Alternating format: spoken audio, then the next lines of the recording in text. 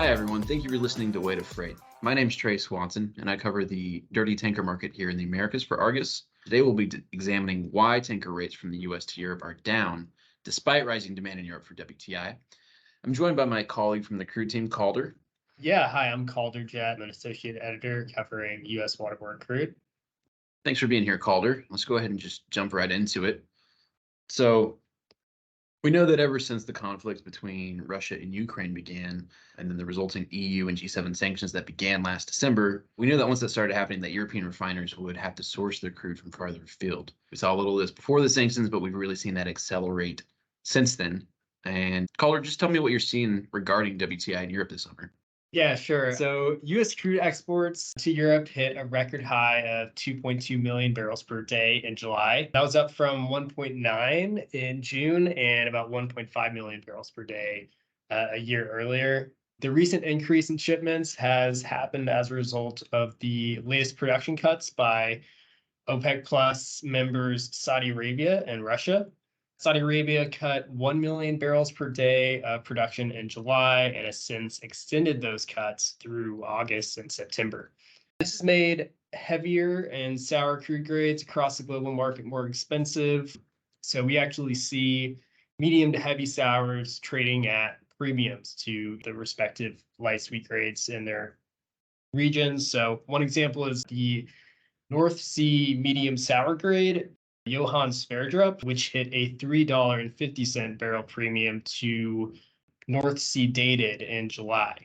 So as a result, European refiners have increased their diet of US light sweet crude, hence the aforementioned record high in US exports to Europe. So you'd think more US crude to Europe would result in higher freight rates along the eastbound Atlantic trade route, but this hasn't been the case, has it, Trey? No, not at all. So, as you mentioned, with these production cuts and that more sour coming off the market, we're seeing now for the first time since sanctions took effect, Urals is over the G7 price cap of $60 a barrel. This happened first July 12th and then again July 18th, and it's stayed above that ever since then. So now, all of a sudden, the ship owners who want to use Western insurance to haul Russian crude can no longer do so. And if they do break those rules, then they will not get access to those services for 3 months total. So what we're seeing now is Aframaxes that were primarily hauling Russian crude from the Baltic and Suezmaxes that were hauling Russian crude from the Black Sea are now repositioning into other trades, and that's kind of spreading into the other regions that is weighing on rates. So while the Baltic, Black Seas are not geographically exactly close to the U.S. Gulf Coast, freight rates are bogged down nevertheless. And this is happening at a time of seasonally low demand, but this is just really putting extra downward pressure on the rates. So ever since Urals topped the price cap, we had Suezmaxes and Aframaxes fall about 40%. Aframaxes for the 90,000 ton cargoes from the US to Europe were down to about $2.61 a barrel, and Suezmaxes were down to about $1.61 a barrel. VLCCs have been pretty much unaffected so far. VLCCs were not really used or are not really used in the Russian crude trade. But we are seeing now that some of these ships, these Aframaxes, these Suezmaxes that were hauling Russian crude under the price cap, so fair game, legal, they've now moved over into the Atlantic and into the Gulf of Mexico. So now there's just an excess tonnage that's putting downward pressure on these rates. And it will be kind of interesting to see how quickly these ships are hired, because a lot of charterers, not all of them, but a lot of charterers do have clauses requiring that the ship not have carried any Russian cargo on its previous 3 voyages.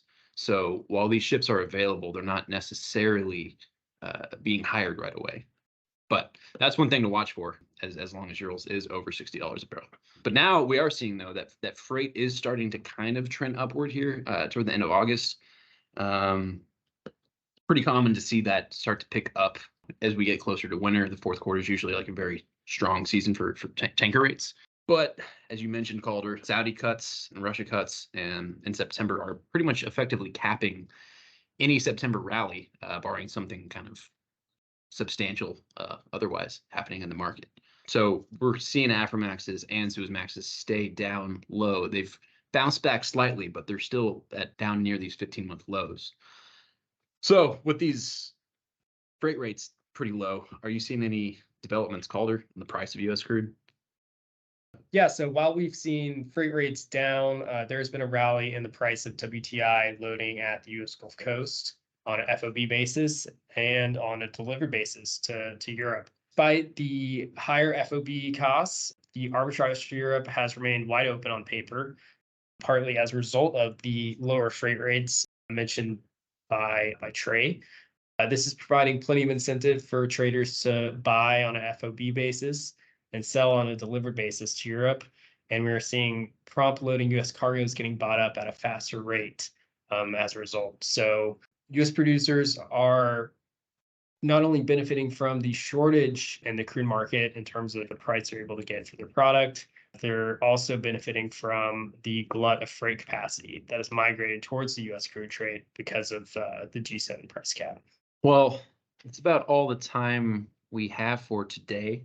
Thank you, Calder, for talking with me and for providing your insights here. Yeah, of course, anytime. Yeah, that does it for us here on this episode of Weight of Freight. Thank you, everybody, for listening, and we'll see you next time.